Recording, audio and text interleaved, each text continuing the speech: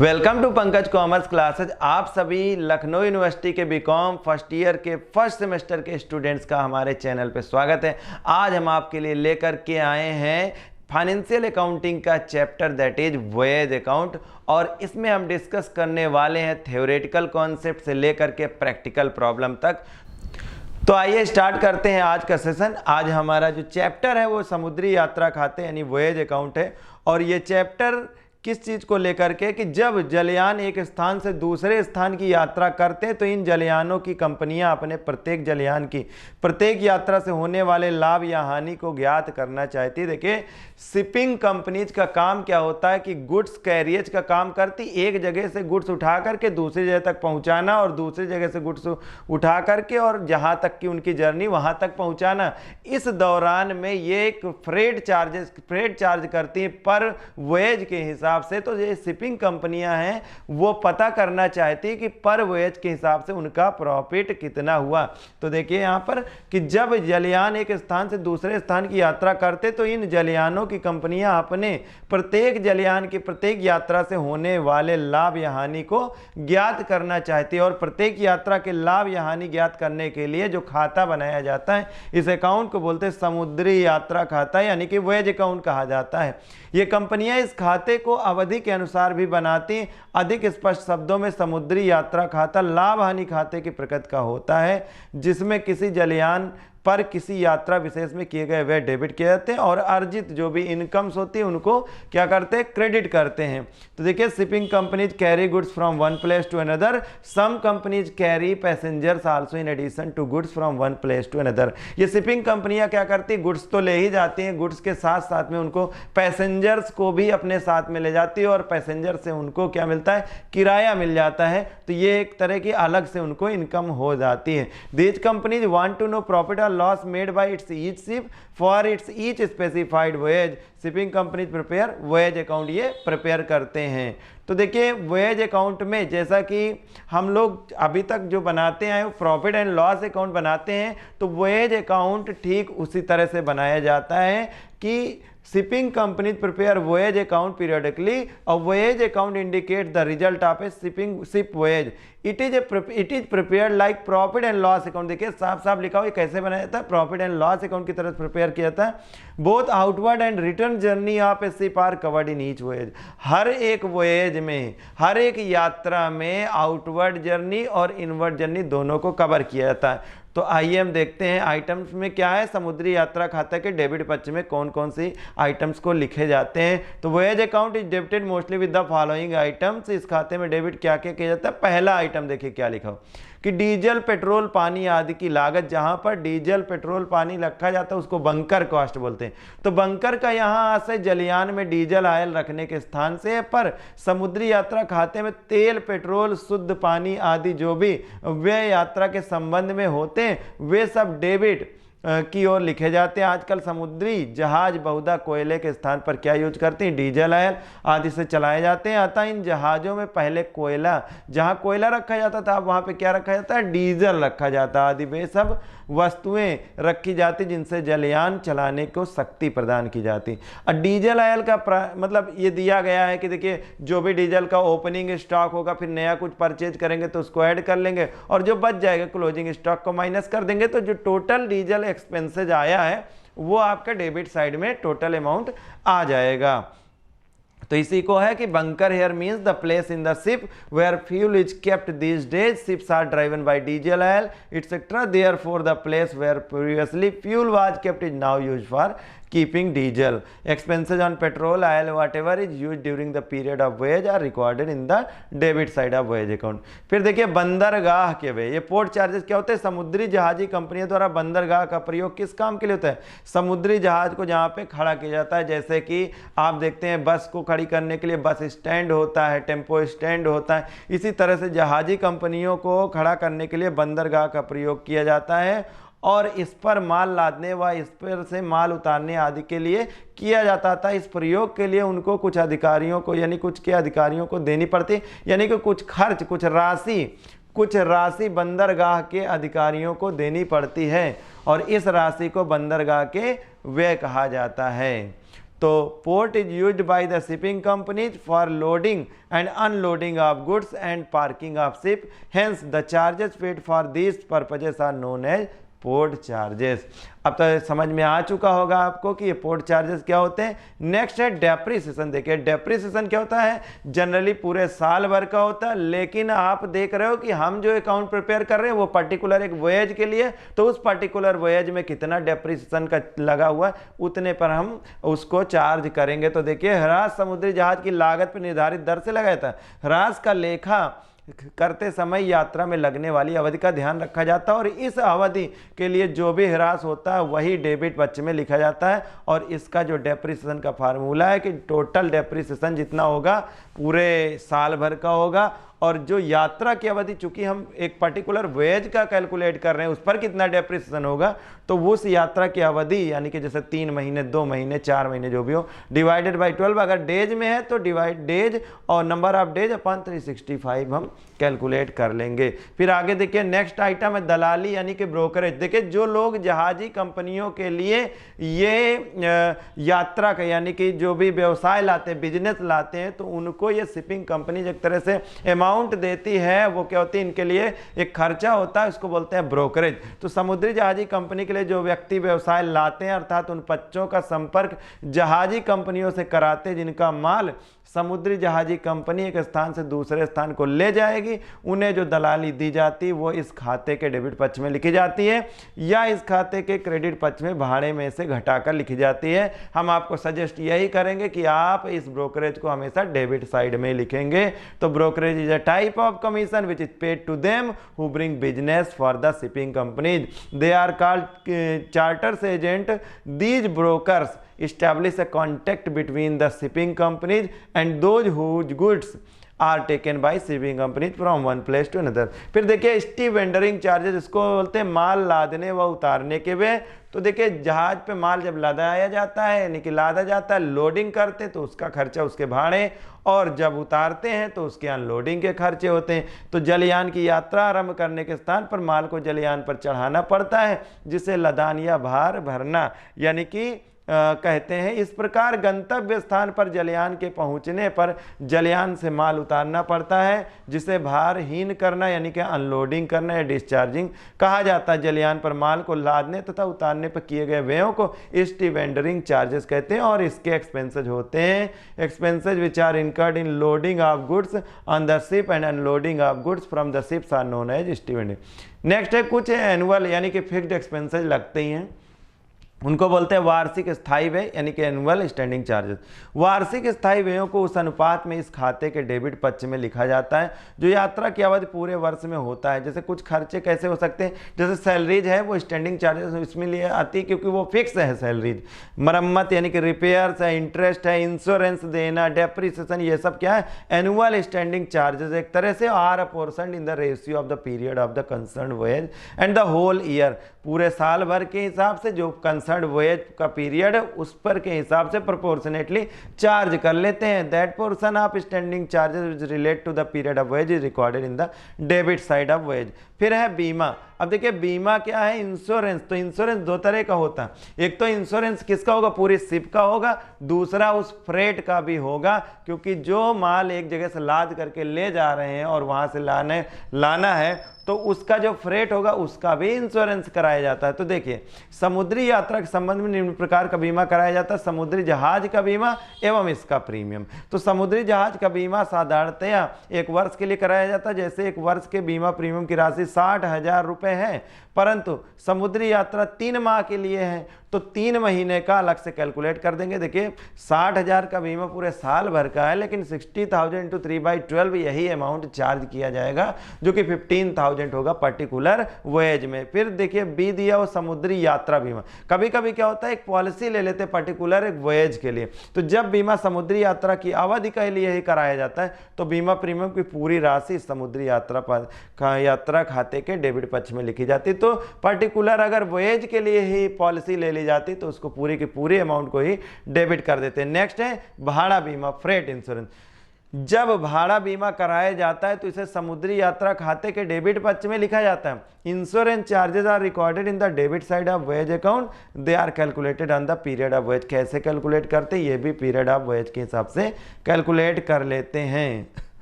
और इसके बाद आता है एड्रेस कमीशन। जैसे ब्रोकरेज है वैसे ही एड्रेस कमीशन। देखिए जहाजरानी कंपनी के द्वारा ये कमीशन उन्हें दिया जाता है जिनकी सहायता से भाड़ा प्राप्त होता है। वहाँ पर क्या था, वो लोग व्यवसाय लाते थे। यहाँ पर क्या है, जिनकी सहायता से भाड़ा प्राप्त होता है। भाड़ा तथा उस पर प्राइमेज दोनों राशियों के जोड़ पर एक निश्चित प्रतिशत से इस कमीशन की गणना की जाती है। अभी प्राइमेज के बारे में लिखा गया है। प्राइमेज हम क्रेडिट साइड में भी पढ़ेंगे इसको कि ये प्राइमेज क्या होता है। यहाँ पर क्या लिखा, भाड़ा तथा उस पर प्राइमेज दोनों राशियों के जोड़ पर एक निश्चित प्रतिशत से इस राशि कमीशन की गणना की जाती। यदि बाह्य भाड़ा तथा आंतरिक भाड़ा के लिए एड्रेस कमीशन की दरें अलग अलग हो तो संबंधित भाड़े पर निर्धारित दर से कमीशन निकालकर उनका योग करके कुल एड्रेस कमीशन ज्ञात किया जाता है। इनका कहने का मतलब यह है कि अगर फ्रेट अलग होगा और फ्रेट जो भी इनवर्ड और आउटवर्ड जर्नी का होगा उस पर जो भी प्राइमेज का परसेंटेज होगा और उसी हिसाब से अगर जो एड्रेस कमीशन है उसका भी रेट कुछ अलग परसेंटेज है कि इनवर्ड जर्नी पे अलग है और आउटवर्ड जर्नी पे अलग, तो उस हिसाब से इसकी कैलकुलेशन होगी और इस एड्रेस कमीशन को भी डेबिट साइड में लिखेंगे। और 9th पॉइंट है प्रबंधक का कमीशन। देखिए मैनेजर, जो कि मैनेजर के लिए कमीशन तय होता है अगर कंडीशन सप्लाइड कि मैनेजर को कमीशन दिया जा रहा है तो दो तरह से मैनेजर का कमीशन कैलकुलेट करा जाता है। एक होता है मैनेजर कमीशन बिफोर चार्जिंग सच कमीशन, एक होता है मैनेजर कमीशन आफ्टर चार्जिंग सच कमीशन। तो अगर बिफोर है तो रेट बाई 100 का फार्मूला अप्लाई हो जाएगा और आफ्टर चार्जिंग सच कमीशन है तो रेट बाई 100 प्लस रेट का फार्मूला अप्लाई किया जाएगा। फिर नेक्स्ट है 10th पॉइंट, चालक दल, कप्तान और अन्य कर्मचारियों के वेतन और मजदूरी को डेबिट पक्ष में दर्ज किया जाता है। तो सैलरीज और वेजेस जो भी क्रू मेंबर्स हैं उनका, कैप्टन का और जितने भी स्टाफ है उनको डेबिट साइड करेंगे। इसी तरह से एजेंसी फीस को भी डेबिट करेंगे और हार्बर चार्जेस, जैसे पोर्ट चार्जेस होते हैं वैसे हार्बर चार्जेस को भी डेबिट करेंगे। और फ्रेट इंश्योरेंस, तो फ्रेट इंश्योरेंस के बारे में हम पहले भी बात कर चुके कि फ्रेट इंश्योरेंस दो तरह का होता है कि आपका शिप का इंश्योरेंस होता है जिसको बोलते हैं शिप का इंश्योरेंस और फ्रेट का इंश्योरेंस। तो ये आइटम है। फिर अब आएंगे हम क्रेडिट पक्ष में। देखिए क्रेडिट साइड में क्या क्या लिखते हैं। समुद्री यात्रा खाते के क्रेडिट पक्ष वाले मद क्या है। समुद्री यात्रा खाते के क्रेडिट पक्ष में निम्नांकित मद बहुधा लिखे जाते हैं। तो देखिए पहला, जैसा कि बात हो चुकी कि मेन इनकी जो इनकम होती है शिपिंग कंपनी की वो फ्रेट होती है। तो फ्रेट के लिए लिखा गया कि समुद्री जहाजी कंपनी माल को एक स्थान से दूसरे स्थान को ले जाने के लिए जो किराया माल के मालिक से लेती है उसे भाड़ा कहा जाता है। यह समुद्री जहाजी यात्रा की आय होती, अतः इसे समुद्री जहाजी यात्रा खाते के क्रेडिट पक्ष में लिखा जाता है। The amount which is charge by the shipping company for taking goods or cargo from one place to another is called freight. It is an income of shipping company hence recorded in the credit side of voyage. अच्छा, भाड़े के अतिरिक्त दी गई दलाली ये किस बात के लिए होती है? ये इस बात के लिए दी जाती है कि जो गुड्स पहुंचाएंगे वो तो पहुंचाएंगे लेकिन वो गुड्स साफ सुथरा यानी कि सुरक्षित पहुंचेगा सेफ्टी के साथ में। तो इसके लिए जो अलग से एक अमाउंट चार्ज करते हैं जहाजी कंपनियां उनको बोलते हैं प्राइमेज। तो माल के स्वामी समुद्री जहाजी कंपनी को भाड़े के अतिरिक्त एक और राशि इसलिए देती ताकि उनका माल सुरक्षित पहुंचाया जाए। Shipping company charges an extra amount in addition to freight from those whose goods are carried by it in order to take their goods safety, यानी कि safely. This amount is calculated at a certain percentage over freight. किस पर calculate करते हो? Freight का ही ये कुछ percentage होता है। इसके बाद है कि अपूर्ण यात्रा यानी कि वॉयेज इन प्रोग्रेस। देखिए अपूर्ण यात्रा का मतलब क्या होता है कि जो भी यात्राएं होती हैं उनकी आउटवर्ड जर्नी, इनवर्ड जर्नी, तो जब कंप्लीट हो जाती है तो किसी तरह की कोई प्रॉब्लम नहीं होती है। लेकिन अगर कोई भी यात्रा ऐसी होती है कि जाने वाली यात्रा तो पूरी हो गई लेकिन आने वाली यात्रा पूरी नहीं हुई, या आप टू एंड फ्रो की बात करें तो आना जाना और फिर आना ऐसे भी हो सकता है कि, तो ऐसी कंडीशन में जो रिटर्न वाली जर्नी है जो पूरी नहीं हुई है, आप एक बात सोचिए कि अगर जो भी हम एक्सपेंसेज हैं उनको सबको तो हम डेबिट कर देते हैं और इनकम को भी क्रेडिट कर देते हैं, लेकिन जो यात्रा पूरी नहीं हुई है तो उसकी इनकम को यानी कि उस फ्रेट को हम इनकम कैसे मान सकते हैं। और इसी तरीके से कि खर्चे जो डेबिट हम कर चुके होते हैं उन खर्चों को हम डेबिट कैसे कर सकते हैं यानी कि उसको एक्सपेंसेज कैसे मान सकते हैं जब तक कि वो यात्रा पूरी नहीं हुई। इस प्रॉब्लम को कैलकुलेट करने के लिए एक तरीका बनाया गया जिसको बोलते हैं वोएज इन प्रोग्रेस कैलकुलेट करना। इस चैप्टर में जो मेन प्रॉब्लम आती है, जो क्वेश्चन पूछे जाते हैं एग्जाम में, वो वोएज इन प्रोग्रेस से रिलेटेड ही क्वेश्चन पूछे जाते हैं। तो देखिए इसको तो हम आगे चल करके एक प्रैक्टिकल प्रॉब्लम की हेल्प से समझेंगे। आइए हम आगे चलते हैं, यहाँ पे पढ़ते हैं कि आगे और क्या भी लिखा हुआ। तो पैसेज मनी लिखा हुआ, ये पैसेज मनी क्या होता है कि जब जहाजी कंपनियां, वैसे तो जो भी उनका एक कॉन्ट्रैक्ट है वो गुड्स को ही ले जाने के लिए, लेकिन ये जहाजी कंपनियां क्या करती, पैसेंजर को भी कैरी कर लेती। फायदे क्या है कि जब पैसेंजर ले जाती तो पैसेंजर से भी उनको एक तरह का फेयर यानी कि किराया मिल जाता है और इससे भी उनकी एक इनकम हो जाती है। तो शिपिंग कंपनियां कार्गो के साथ यात्रियों को भी ले जाती हैं। यात्रियों से प्राप्त किराया शिपिंग कंपनियों की आय है, इसे पैसेज मनी कहा जाता है और इसे यात्रा खाते के क्रेडिट पक्ष में दर्ज किया जाता है।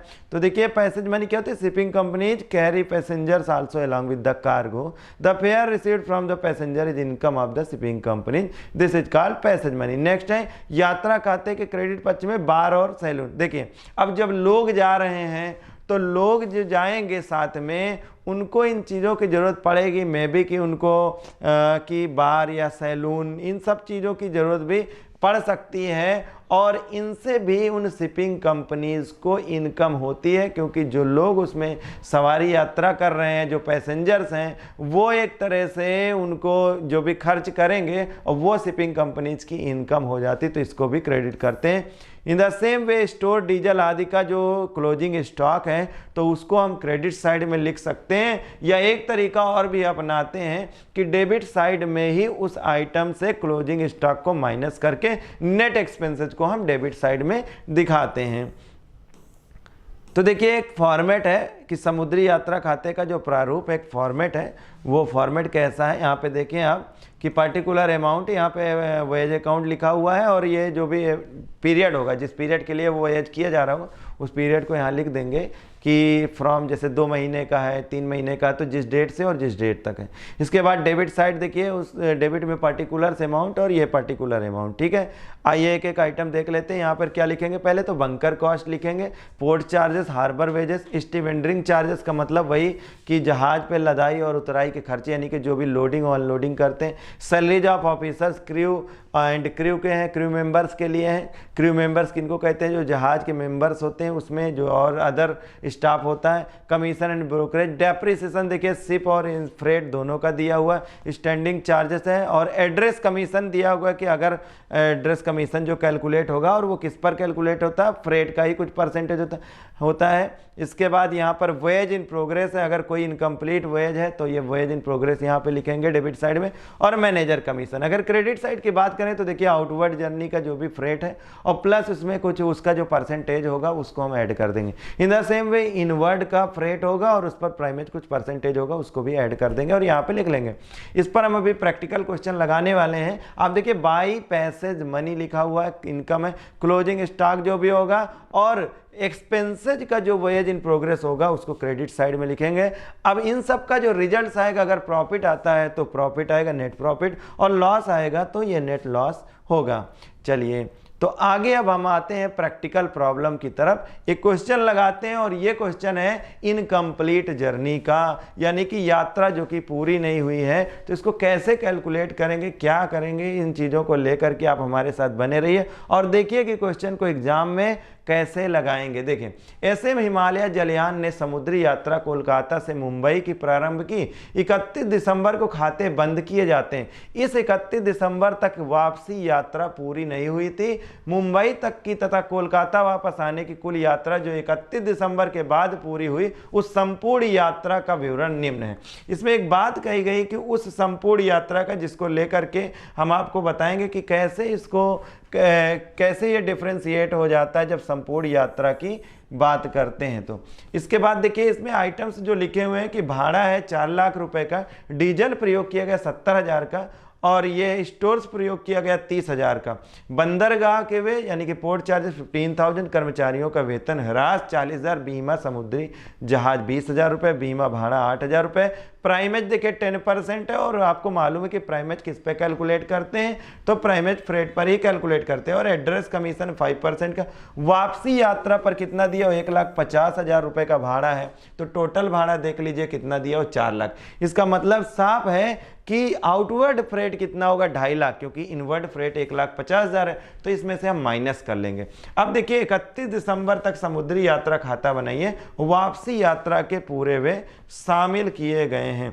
तो देखिए हम आगे बढ़ते हैं, इंग्लिश में भी इसको पढ़ते हैं कि SM Himalaya ship set on voyage from Kolkata to Mumbai on 31st December, on which date the accounts are closed. The return voyage had not been completed. The details for the entire voyage to Mumbai and back to Kolkata completed after 31st December are. तो देखिए same here कि freight दिया हुआ, diesel consumption, stores consume 30,000, port charges ₹15,000, salaries of crew 40,000, depreciation ये जो दिया हुआ है ये पूरे वेज का है, पर्टिकुलर जो 2 महीने का वेज है उसका दिया हुआ। इंश्योरेंस दिया हुआ शिप का 20,000, इंश्योरेंस फ्रेट है 8,000, प्राइमेज 10%, एड्रेस कमीशन 5%, 1,50,000 ही अवेलेबल अमाउंट है रिटर्न जर्नी पर। अब वेज अकाउंट हमें प्रिपेयर करना होगा, और सबसे पहले हमें फॉर्मेट हमें लिखना होगा। क्या लिखेंगे कि SM हिमालय नाम है, तो हिमालय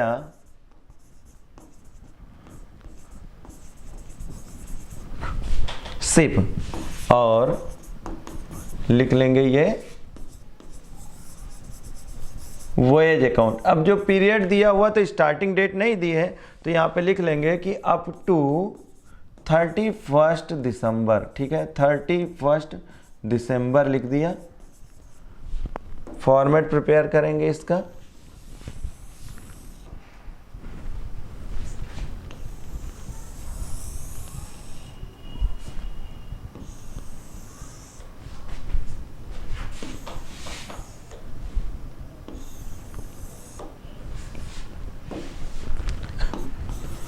डेबिट साइड हो जाएगा और ये क्रेडिट साइड हो जाएगा। लिखेंगे क्या, पर्टिकुलर्स अमाउंट, पर्टिकुलर्स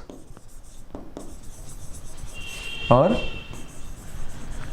अमाउंट। अब देखिए फर्स्ट आइटम क्या था, तो फर्स्ट आइटम है इसमें डीजल है, जो कि डीजल कंज्यूम, तो 2 डीजल कंज्यूम्ड,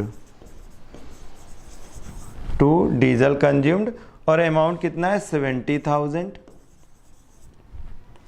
नेक्स्ट है 2 stores consumed,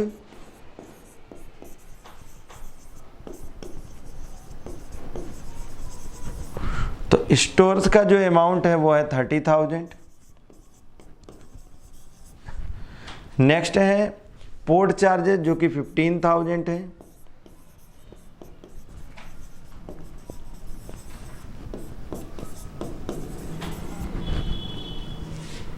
to salaries of crew 40,000।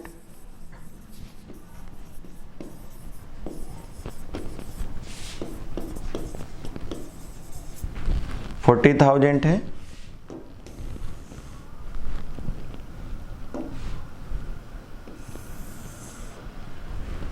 Format को और आगे लाइन को ड्रॉ कर लेंगे। नेक्स्ट है देखिए इंश्योरेंस दिया हुआ, तो इंश्योरेंस दोनों का है, एक तो शिप का है और दूसरा फ्रेट का है। तो शिप का इंश्योरेंस लिखेंगे कितना अमाउंट है, और फ्रेट का फ्रेट का, तो शिप का है ये 20,000 एंड फ्रेट का है 8,000, यानी कि भाड़े का इंश्योरेंस। टोटल अमाउंट कितना हो जाएगी, ये 28,000 हो जाएगा।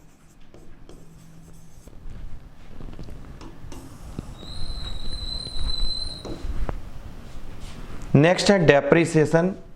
तो डेप्रीसिएशन में देखिए सबसे पहले हम अपने डेबिट साइड के आइटम्स लिख ले रहे हैं। तो डेप्रीसिएशन 40,000 एज दिया हुआ है क्वेश्चन में। और अब आ जाते हैं हम क्रेडिट साइड में। अपने क्रेडिट साइड के कुछ आइटम्स को पहले लिखते हैं, जिसमें कि सबसे पहले लिखेंगे हम फ्रेट का। तो जैसा कि आपने देखा था कि फ्रेट जो दिया हुआ है, फ्रेट में हम लिखेंगे आउटवर्ड। आउटवर्ड फ्रेट जो दिया हुआ था वो था 2,50,000, कितना 2,50,000, और ऐड इस पे करेंगे प्राइमेज। तो प्राइमेज जो ऐड करेंगे वो है एट द रेट ऑफ 10% से, मतलब ये 25,000 हो गया, और दिस गिव्स 2,75,000, 2,75,000।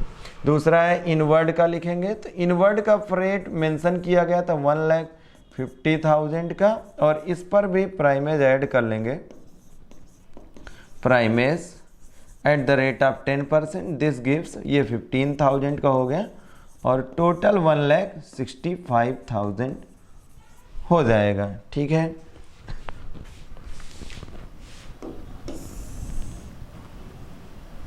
अच्छा ये हमारा क्रेडिट साइड का पूरा हो चुका है। अब डेबिट साइड में कुछ और आइटम लिखने हैं हमें, जैसा कि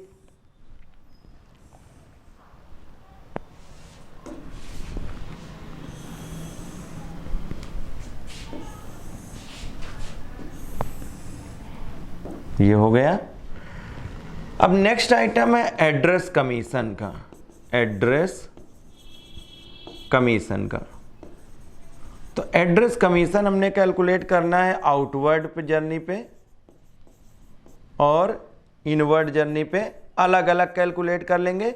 जब कभी ऐसा आता है कि अगर इनवर्ड जर्नी या आउटवर्ड जर्नी का मतलब कि इनकम्प्लीट वॉयज नहीं हुआ है, तो आप रिकमेंडेड है कि आप दोनों को एक साथ भी कैलकुलेट कर सकते हैं। लेकिन जब हमें ये पता है कि यहाँ पर इनकम्प्लीट वॉयज है, जो आने वाली यात्रा है वो पूरी नहीं हुई, तो ऐसी कंडीशन में रिकमेंडेड यही है कि आप आउटवर्ड और इनवर्ड का दोनों का एड्रेस कमीशन है वो अलग अलग कर लेंगे। तो अगर हम इसको वर्किंग नोट से अगर समझना चाहें तो वर्किंग नोट से भी हम कर सकते हैं, और यहाँ पे लिखेंगे working note number 1।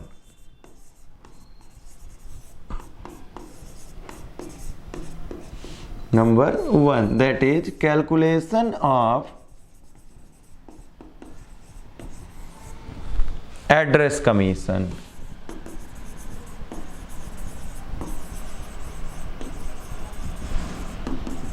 Address commission हम कैलकुलेट करेंगे। तो देखिए आउटवर्ड जर्नी पर कितना होगा, आउटवर्ड पर आउटवर्ड फ्रेट, अब ये टोटल अमाउंट था 2,75,000, तो 2,75,000 का 5/100 यानी कि 5% था टोटल अमाउंट, तो ये हो जाएगा 13,750 का। और इनवर्ड का है, इनवर्ड फ्रेट पर कैलकुलेट करेंगे, दिस गिव्स 1,65,000 इंटू 5/100, चूंकि 5% दिया हुआ है तो ये हो जाएगा 8,250, और टोटल की बात करें तो ये टोटल हो जाएगा 22,000। आइए हम इसे लिख लेते हैं यहाँ पे। तो आउटवर्ड का हो गया 13,750 एंड 8,250, और दिस गिव्स 22,000। अब देखिए इसके बाद आता है कि हम नेट प्रॉफिट कैलकुलेट करें, लेकिन प्रॉब्लम ये है कि कहा गया है कि जो यात्रा है ये पूरी हो ही नहीं पाई है। तो इस कंडीशन में यहाँ पर केस बनता है वॉयज इन प्रोग्रेस का। अब बताइए कि जो यात्रा पूरी नहीं हुई है, तो जाने वाली यात्रा पूरी हो गई, तो आउटवर्ड जर्नी का फ्रेट तो हम ये मान लेते कि हमने अर्न कर लिया है, शिपिंग कंपनी मानेगी कि हमने इसको अर्न करे। लेकिन ये जो रिटर्न जर्नी है जो कि कंप्लीट नहीं हुई है 1,65,000 की, तो इसको कैसे मान सकती कि हमने इस यात्रा को यानी कि ये फ्रेट अर्न कर लिया। इन द सेम वे ऐसे एक्सपेंसेस, ये जो एक्सपेंसेस टोटल दिए हुए हैं इनमें आप देखेंगे कि ये पूरी यात्रा का ही खर्चा है। ऐसा क्वेश्चन में पहले ही लिखा हुआ कि इसमें इंटायर वॉयज का ही एक्सपेंसेस दिया हुआ है, जबकि यहाँ पर यात्रा पूरी नहीं हुई। तो जितना भी खर्च जाने वाली यात्रा का तो हम मानेंगे, लेकिन जो आ रही यानी कि आने वाली यात्रा के खर्चे, जब आई यात्रा हुई नहीं पूरी तो खर्चे कहाँ हुए, तो उसका भी वॉयज इन प्रोग्रेस का केस बनेगा। तो दोनों साइड में हमें वॉयज इन प्रोग्रेस कैलकुलेट करना होगा। बहरहाल अगर हम डेबिट साइड की बात करें तो डेबिट साइड के वॉयज इन प्रोग्रेस में हम लिखेंगे to voyage in progress, to voyage in progress, और जो अमाउंट यहाँ पे लिखा जाएगा वो इनवर्ड यात्रा का होगा फ्रेट, और दैट इज़ 1,65,000। तो ये हो गया, ठीक है। अब इन द सेम वे हमें क्रेडिट साइड का भी वॉयेज इन प्रोग्रेस कैलकुलेट करना है। वॉयेज इन प्रोग्रेस, ठीक है। और इस वॉयेज इन प्रोग्रेस को कैलकुलेट करने के लिए अब हमें चलना पड़ेगा वर्किंग नोट की तरफ। तो आइए हम फिर से अपने वर्किंग नोट की तरफ चलते हैं। यहाँ पर हम फिर से वर्किंग नोट नंबर क्या लगाएंगे, वर्किंग नोट नंबर 2, और यहाँ पे लिखेंगे कि calculation of voyage in progress, calculation of voyage in progress. एक बार क्वेश्चन फिर से रीड कर लेते हैं। क्वेश्चन में क्या दिया हुआ था, देखिए क्वेश्चन में दिया हुआ था कि जो भी खर्चे दिए हुए हैं वो तो दिए हुए हैं, लेकिन एक लाइन लिखी हुई है यहाँ पर कि expenses on full return have been included. जो भी फुल रिटर्न यानी कि फुल रिटर्न के एक्सपेंसेज इसमें इंक्लूड कर दिए गए हैं। और अगर हिंदी में पढ़ेंगे तो यहाँ पर देखिए क्या लिखा, वापसी यात्रा के पूरे व्यय शामिल किए गए हैं। तो हम इसको आपको बताएंगे कि जब वापसी यात्रा के पूरे व्यय शामिल करते हैं तब, या उस अकाउंटिंग पीरियड के एक्सपेंसेस दिए हुए हैं तब क्या फार्मूले लगाते हैं और उनसे वॉयेज इन प्रोग्रेस कैसे कैलकुलेट करते हैं। तो देखिए फिर से हम आ चुके हैं। आइए हम लिखते हैं एक्सपेंसेज कौन कौन से। तो एक्सपेंसेज लिखना स्टार्ट करते हैं।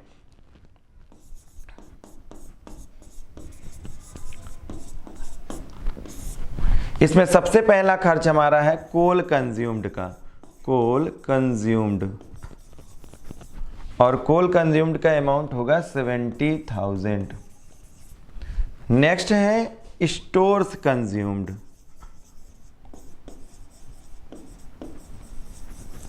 स्टोर्स कंज्यूम्ड का अमाउंट 30,000। पोर्ट चार्जेस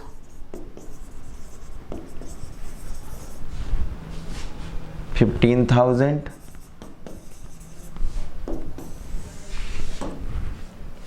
सैलरीज, तो salaries of crew that is 40,000। Insurance of ship,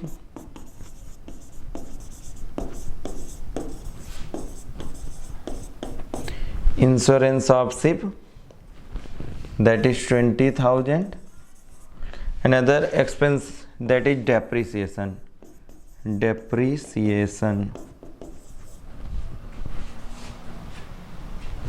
तो डेप्रीसिएशन कितना हो जाएगा 40,000।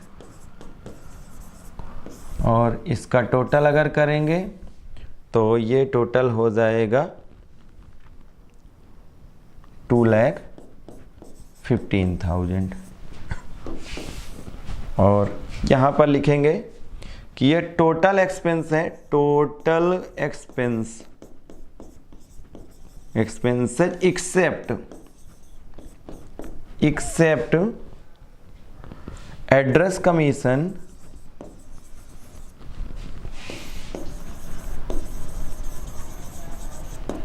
एंड इंश्योरेंस ऑफ फ्रेट, यानी कि भाड़े का बीमा और एड्रेस कमीशन को छोड़ करके। देखिए क्या होता है कि सारे आइटम्स हैं, उनमें से हमने सारे आइटम्स लिख ही लिए हैं, 2-3 आइटम छूट गए हैं। तो जब कभी वॉयेज इन प्रोग्रेस का केस बनता है और प्राइमेज पर हमें यानी कि फ्रेट के हिसाब से हमें वॉयेज इन प्रोग्रेस कैलकुलेट करना होता है, इसी तरीके से कुछ ऐसे एक्सपेंसेज होते हैं जो कि फ्रेट पर डिपेंड करते हैं। तो ऐसे एक्सपेंसेस को हम क्या करते हैं, बाकी एक्सपेंसेस से अलग रख करके कैलकुलेट करते हैं। वो 3 आइटम्स कौन से हैं? पहला आइटम है स्टीव वेंडरिंग चार्जेस। देखिए स्टीव वेंडरिंग चार्जेस में क्या होता है, लदाई या उतराई के खर्चे। तो ये हो सकता है, पॉसिबिलिटी है कि लोडिंग के खर्चे कुछ और रहे हो, अनलोडिंग के और रहे हो। तो जब हमें सेपरेटली पता है कि अनलोडिंग के खर्चे कुछ और हैं, तो हम उनको साथ में कैसे लिखेंगे? अगर साथ में लिखेंगे और प्रोपोर्शनेटली, जैसे कि यात्रा आने की और जाने की, तो यानी कि अगर हम आने वाली यात्रा का कैलकुलेशन करेंगे तो जिन चीज़ों पर सेपरेट प्रोपोर्शन यानी कि सेपरेट अपॉर्शनमेंट नहीं, उसको तो हम हाफ कर सकते हैं। लेकिन जब हमें पता है कि स्टीव वेंडरिंग चार्जेस में अनलोडिंग के एक्सपेंसेस इतने, तो हम उनको साथ में कैलकुलेट कैसे करते? लॉजिकल भी नहीं बनता है।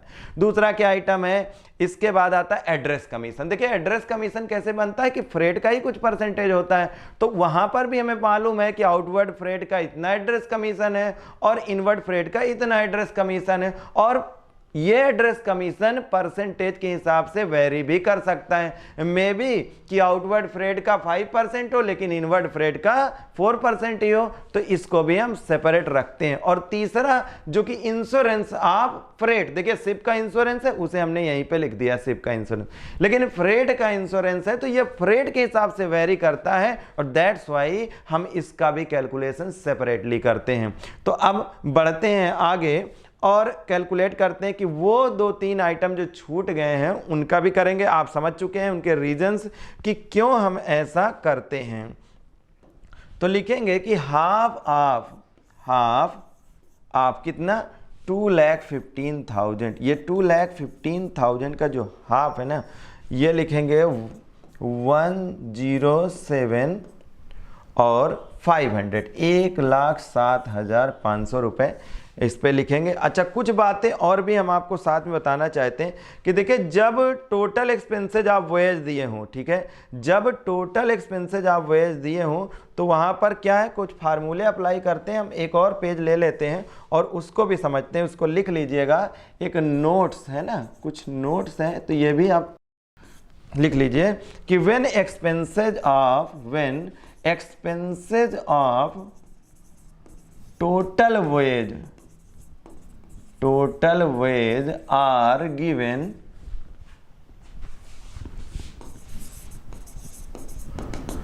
तब हम कैलकुलेट करते हैं कि ऑल अदर एक्सपेंसेज उन सबको छोड़ करके, जो कि 2-3 हमने बताए, और इनटू कितना कर देंगे, इनकम्प्लीट वेज अपॉन फार्मूला लगता है टोटल वेज। क्या लिखते हैं?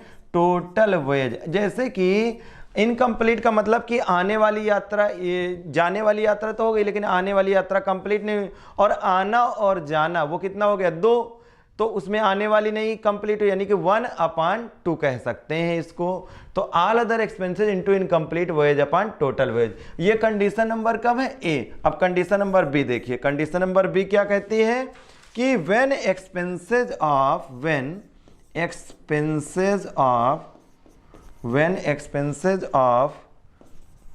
wage are given up to the end of the year, जब साल के आखिरी तक के खर्चे दिए हों, ऐसी कंडीशन में क्या फार्मूला लगाएंगे? तो all other expenses into incomplete veg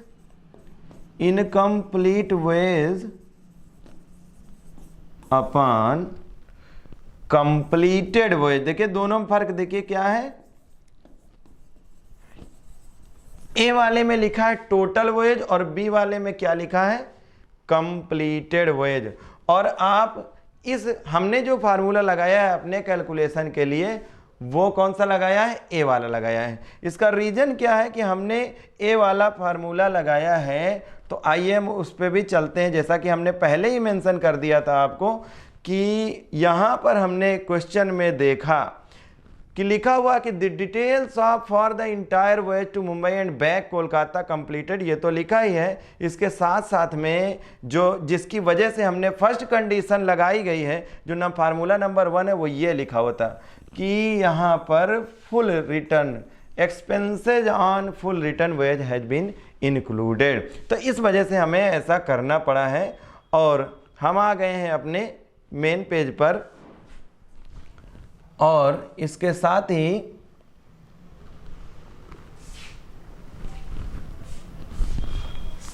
calculation की तरफ। तो आपको ये बात समझ में आ गई होगी कि एक्सपेंसेज ऑफ फुल जर्नी दिया हुआ है, तो यहाँ पर एक यात्रा हमारी पूरी नहीं हुई है और टोटल वॉयज कितना 1+1 यानी आना और जाना, टू एंड फ्रो, यानी कि वो हो जाता है कि जाना और आना 2, उसमें से हाफ कंप्लीट हुआ। तो देखिए यहाँ पर था ना कि incomplete voyage upon total voyage, तो इनकम्प्लीट वन यात्रा यानी कि जो ऐसी यात्रा दी हुई है तो ये आने जाने वाली तो हो गई है, लेकिन आने वाली रिटर्न यात्रा ये पूरी नहीं हुई। तो टोटल 1 और 1 यानी कि 2 है, जिसमें से ये वाली पूरी नहीं हुई, तो ये कितना हो गया 1/2। तो होपिंग दैट कि आपको समझ में आ रहा होगा और अब इसको हम कैलकुलेट कर चुके हैं हाफ और इसका रीज़न भी आपके पास में क्लियर हो चुका है कि क्यों ऐसा करेंगे। चलिए बाकी के एक्सपेंसेस को भी ऐड कर लेते हैं। तो यहाँ पे क्या लिखेंगे, ऐड, और ऐड में जो छूटे हुए आइटम्स हैं उसमें है हमारा एड्रेस कमीशन, और एड्रेस कमीशन को हमने अलग से कैलकुलेट कर ही लिया था और वो अमाउंट कितना है आप देख सकते हो। एड्रेस कमीशन को हमने अलग से कैलकुलेट कर लिया था, तो वो अमाउंट है हमारा कहाँ पर, वो अमाउंट आप देख लीजिए कि एड्रेस कमीशन को हमने कैलकुलेट किया था इनवर्ड जर्नी पर, और वो ये देखिए 8250 है इनवर्ड फ्रेट का। तो हम यहाँ पर लिखते चलेंगे अब कि 8250, चलिए 8250 का अमाउंट है, और इसमें ऐड करेंगे next item, that is insurance of freight, insurance of freight amount है 3000। अब ये इंश्योरेंस ऑफ फ्रेट 3000 कैसे कैलकुलेट हुआ, इसके लिए भी हमें समझना पड़ेगा, और चलेंगे हम वर्किंग नोट पर। चलिए देखिए क्या है कि जब भी हम कैलकुलेट करते हैं इंश्योरेंस फ्रेट का, इंश्योरेंस फ्रेट का, तो टोटल फ्रेट कितना है 8000 का, टोटल फ्रेट कितना था 8000 का होता है। अब रिटर्न की अगर हम फ्रेट की बात करें तो वो 1,50,000 है।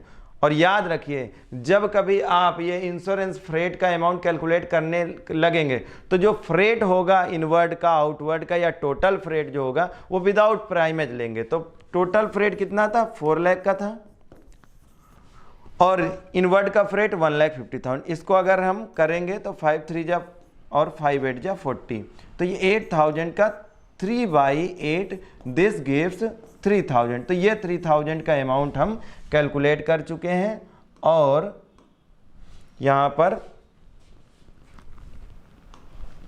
लिख देंगे 3000 और इन सब का टोटल करेंगे। तो टोटल इनका हम करेंगे तो आ जाएगा 1,18,750, 1,18,750 आप देख सकते हैं आ चुका है। और हम इसे लिखेंगे अपने वॉयज इन प्रोग्रेस की अमाउंट पर 1,18,750, और हम अपने क्वेश्चन के लास्ट स्टेज पे पहुंच चुके हैं, नियर अबाउट सॉल्व है ये।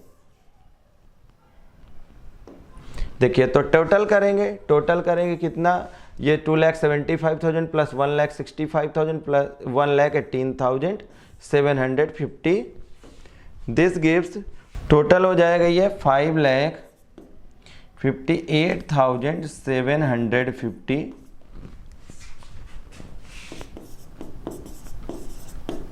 जो कि डेबिट साइड के टोटल से बड़ा है। तो इस तरह से ये आ जाएगा टू नेट प्रॉफिट 1,48,750 होगा। तो इस तरह से हमारा ये प्रैक्टिकल प्रॉब्लम सॉल्व हो चुका है। Hoping that you have understand very well. अगर वीडियो आपको अच्छी समझ में आ रही है तो आप कमेंट सेक्शन में हमें लिखना ज़रूर ना भूलिएगा। आप कौन से ऐसे टॉपिक्स हैं जिन पर वीडियो चाहते हैं, तो इसके बारे में भी हमें ज़रूर लिखें। Thanks for watching.